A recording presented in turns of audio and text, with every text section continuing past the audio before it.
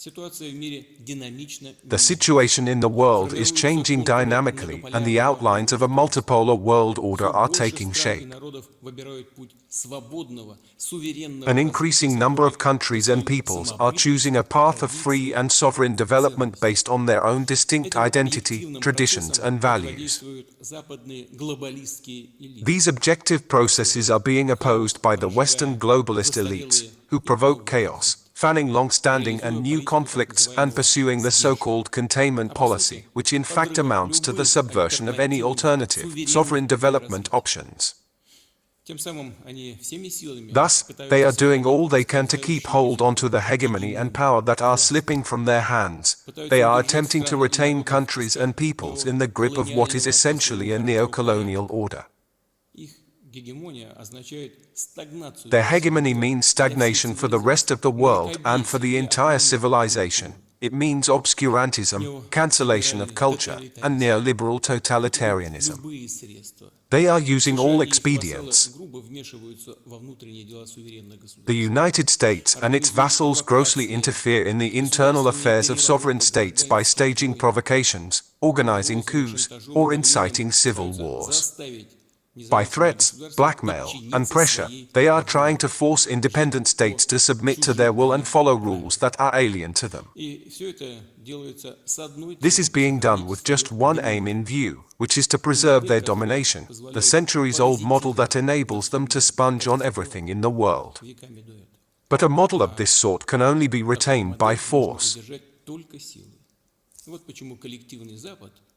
This is why the collective West, the so-called collective West, is deliberately undermining the European security system and knocking together ever new military alliances. NATO is crawling east and building up its military infrastructure. Among other things, it is deploying missile defense systems and enhancing the strike capabilities of its offensive forces. This is hypocritically attributed to the need to strengthen security in Europe, but in fact quite the opposite is taking place. Moreover, the proposals on mutual security measures, which Russia put forward last December, were once again disregarded. They need conflicts to retain their hegemony. It is for this reason that they have destined the Ukrainian people to being used as cannon fodder.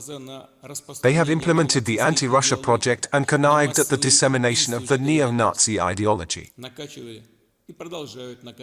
They looked the other way when residents of Donbass were killed in their thousands and continued to pour weapons, including heavy weapons, for use by the Kiev regime, something that they persist in doing now. Under these circumstances, we have taken the decision to conduct a special military operation in Ukraine, a decision which is in full conformity with the Charter of the United Nations. It has been clearly spelled out that the aims of this operation are to ensure the security of Russia and its citizens and protect the residents of Donbass from genocide. The situation in Ukraine shows that the United States is attempting to draw out this conflict. It acts in the same way elsewhere, fomenting the conflict potential in Asia, Africa, and Latin America.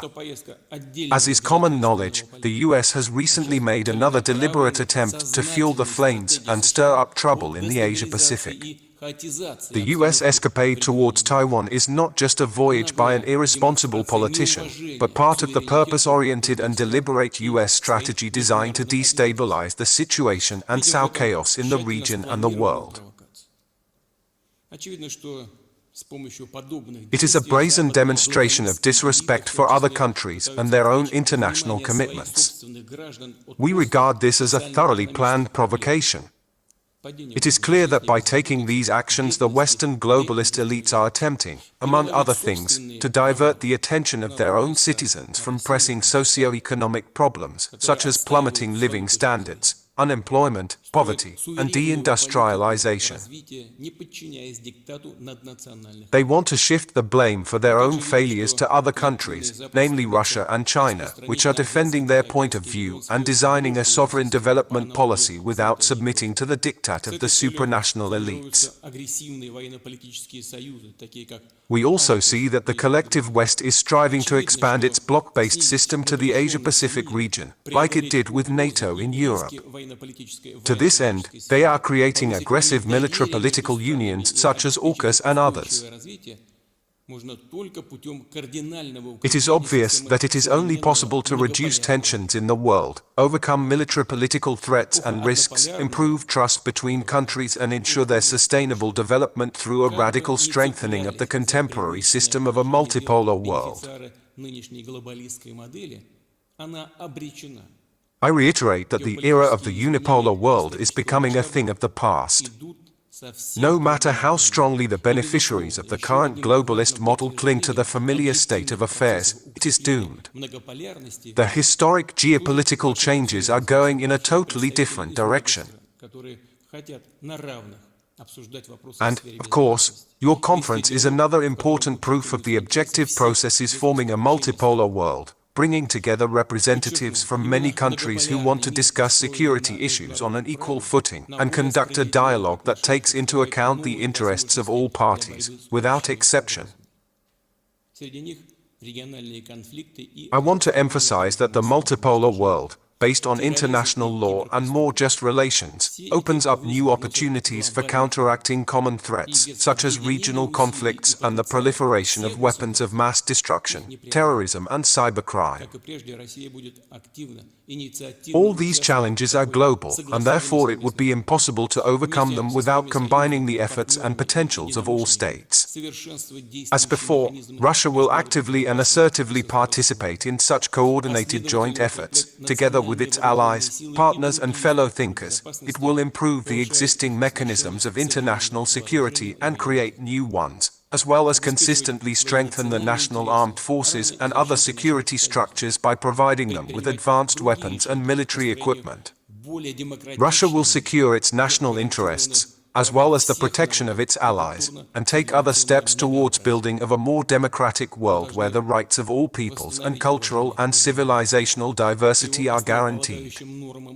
We need to restore respect for international law, for its fundamental norms and principles.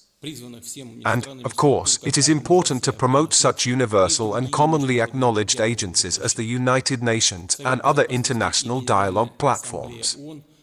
The UN Security Council and the General Assembly, as it was intended initially, are supposed to serve as effective tools to reduce international tensions and prevent conflicts, as well as facilitate the provision of reliable security and well-being of countries and peoples. In conclusion, I want to thank the conference organizers for their major preparatory work, and I wish all participants substantial discussions. I am sure that the forum will continue to make a significant contribution to the strengthening of peace and stability on our planet and facilitate the development of constructive dialogue and partnership.